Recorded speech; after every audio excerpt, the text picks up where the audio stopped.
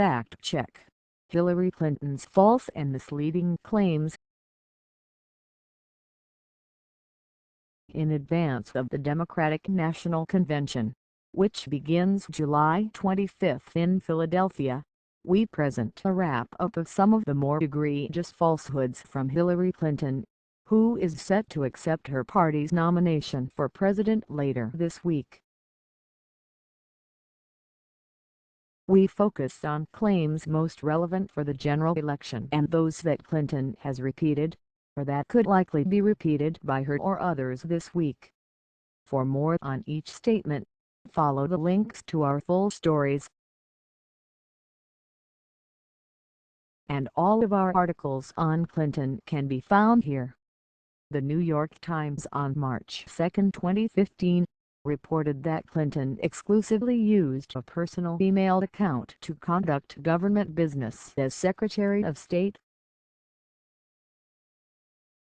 The emails were stored on a private server at her New York home.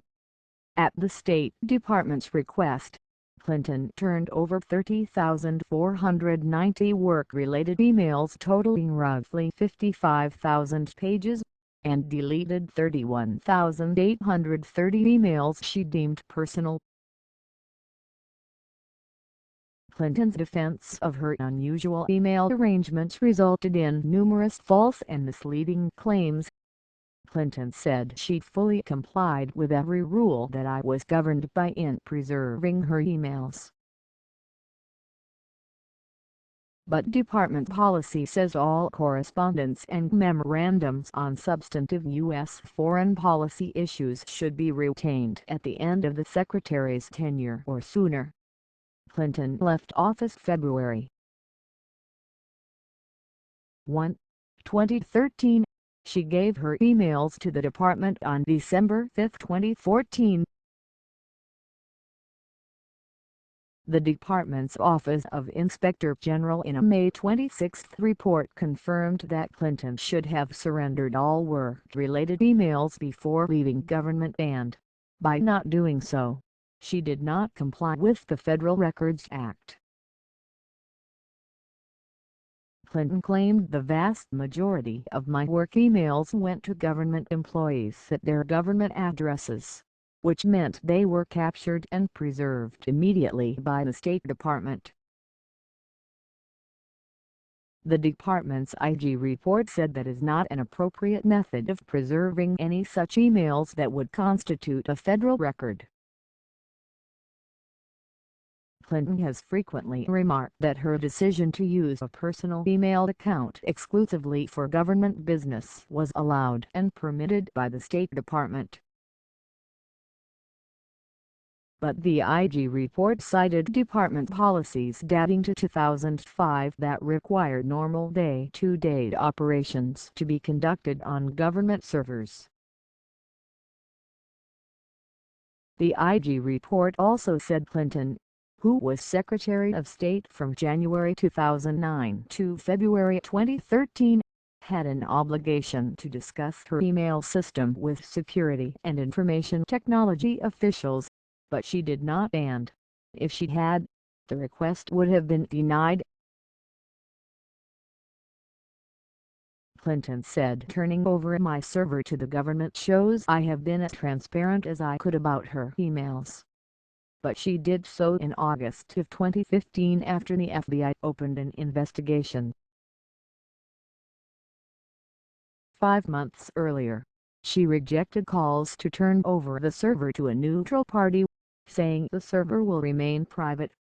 Clinton has said that previous secretaries of state did the same thing in using personal emails for government business. But the State Department has said that only Colin Powell used a personal email account for official business, and Powell did not use a private server.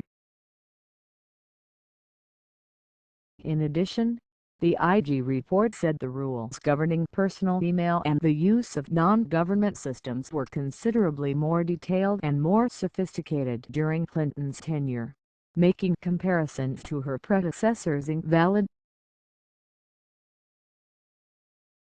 Secretary Clinton's cybersecurity practices accordingly must be evaluated in light of these more comprehensive directives, the report said.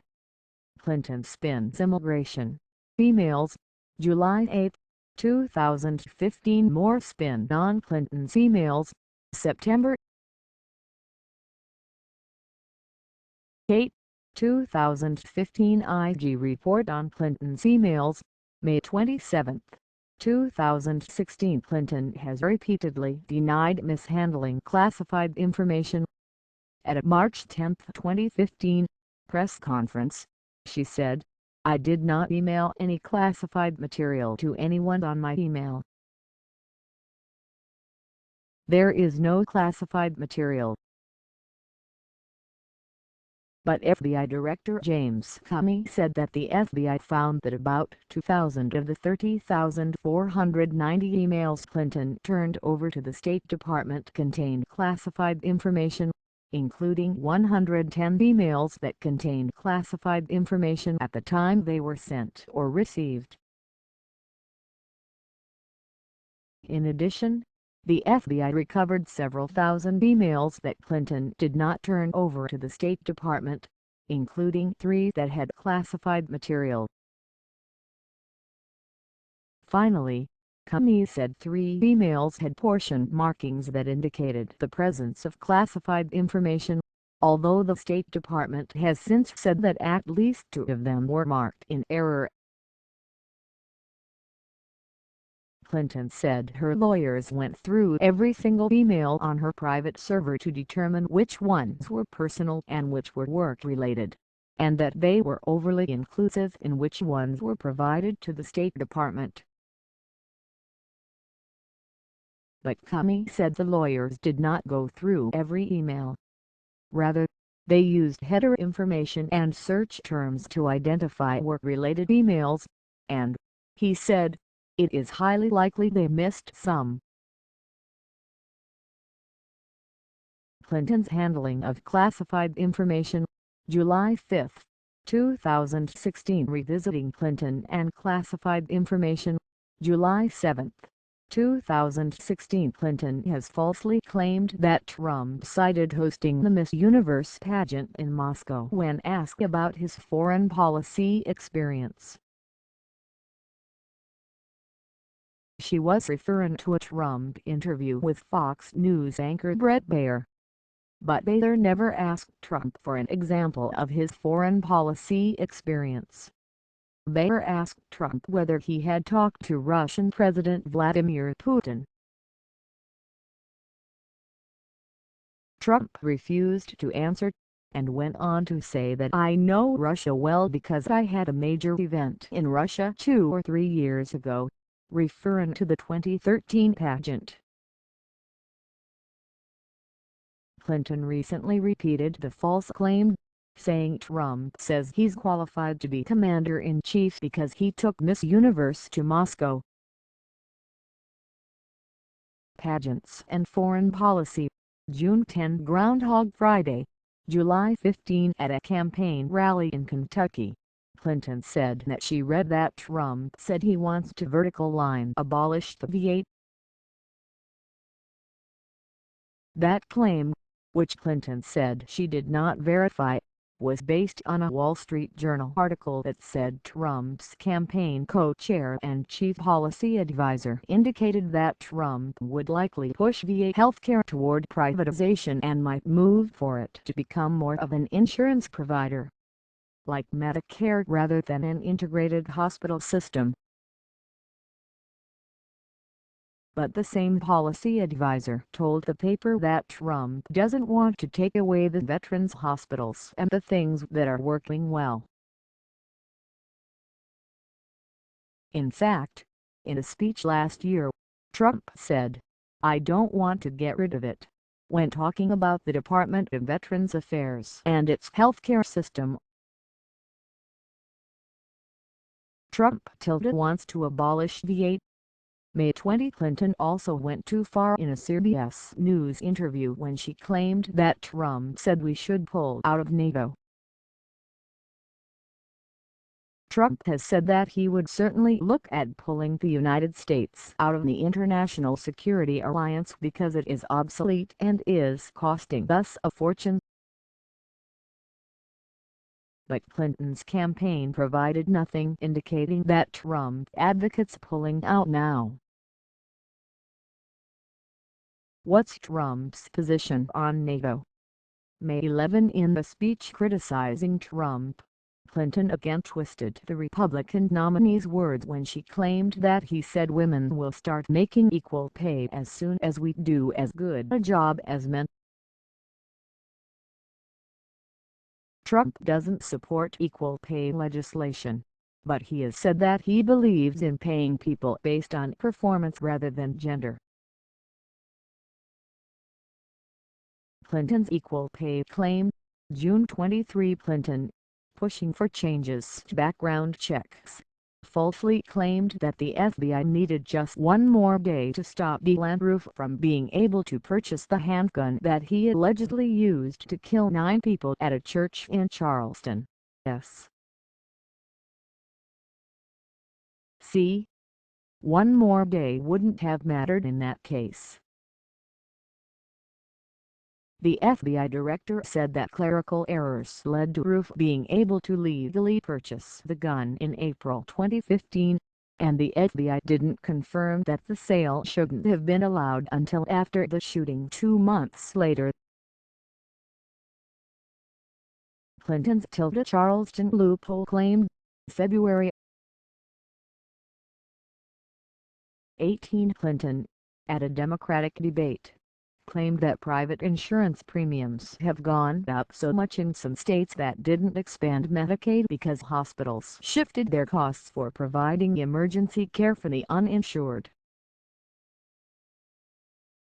In doing so, she was singling out Republican-controlled states. But we found no evidence to support that claim, and experts disagree on whether such cost shifting occurs. Clinton's shaky cost-shifting claim, December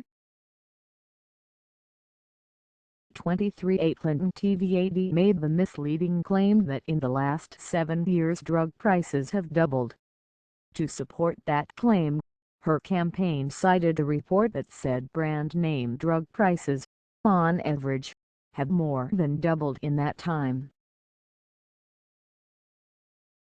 But more than 80% of filled prescriptions are for generic drugs, the prices of which have declined by nearly 63%, according to the same report.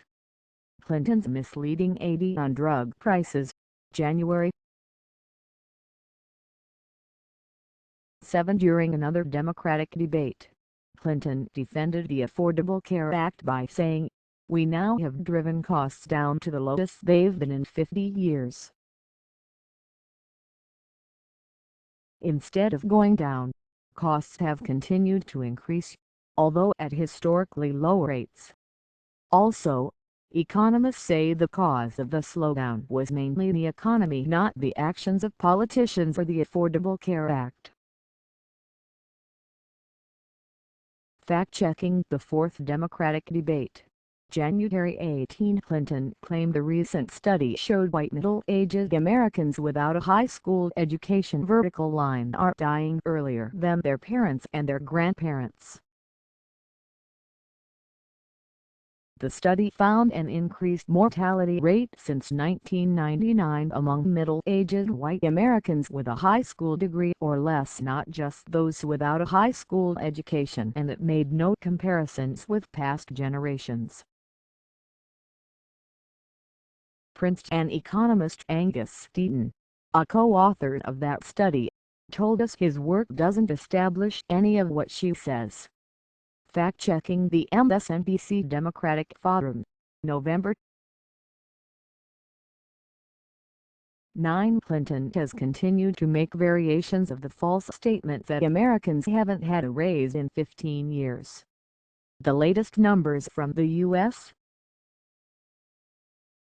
Bureau of Labor Statistics show real average weekly earnings for production and non-supervisory employees have actually gone up 9% since January 2001. Groundhog Friday, July 1 fact-checking the 6th Democratic debate. February 12 Clinton has repeatedly made the claim that the U.S. economy does better when a Democratic president is in the White House, citing research by two Princeton economists who do not credit Democratic fiscal policies for the economic growth. Clinton, economy better under Democrats. October 20. In addition, Clinton has often wrongly said that the average American CEO makes 300 times more than the typical American worker.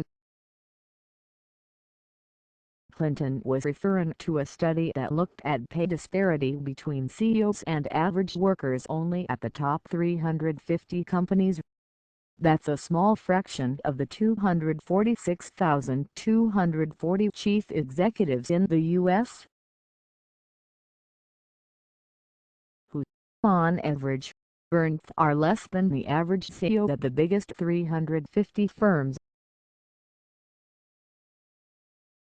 Clinton misuses stat on CEO pay, May 21, arguing that she has been tough on Wall Street.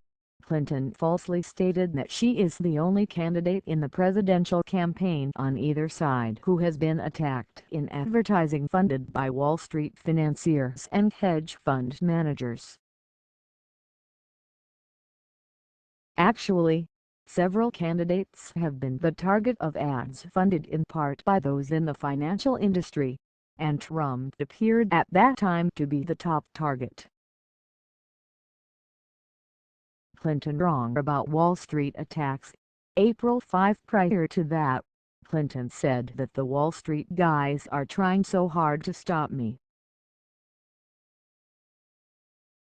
But Clinton and political action committees that support her have raised more than $39 million from Wall Street workers in the securities and investment industry, the most of any candidate, according to the Center for Responsive Politics.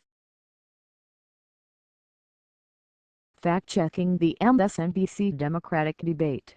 February 5. Clinton distorted the facts when she claimed Bernie Sanders took about $200,000 from Wall Street firms through the Democratic Senatorial Campaign Committee. The DSCC did provide about $200,000 to support Sanders' 2006 Senate race, and the DSCC did receive about $10 million from the political action committees and employees of companies in two financial industries, securities and investment, and commercial banks. But the DSCC also received $2 million in that campaign cycle from Clinton's PAC, Friends of Hillary. By Clinton's logic, Sanders took about $200,000 superscript 3 from Friends of Hillary. Clinton's exaggerated Wall Street claim. February 11. Clinton was flat-out wrong when she told a Good Morning America town hall participant that you can't do any research about marijuana because it's a Schedule I drug. That classification makes it difficult, but not impossible, to conduct research on the substance. Clinton on marijuana research. April 22. Clinton was also off in another interview when she said late-term abortions are because of medical necessity. That gave the impression that most, if not all, late-term abortions are medically necessary. What little data that exists on the topic do not support her claim. Clinton off on late-term abortions. September 29. Clinton claimed that all government investigations into the terrorist attacks on U.S. diplomatic facilities in Benghazi concluded that nobody did anything wrong at the State Department.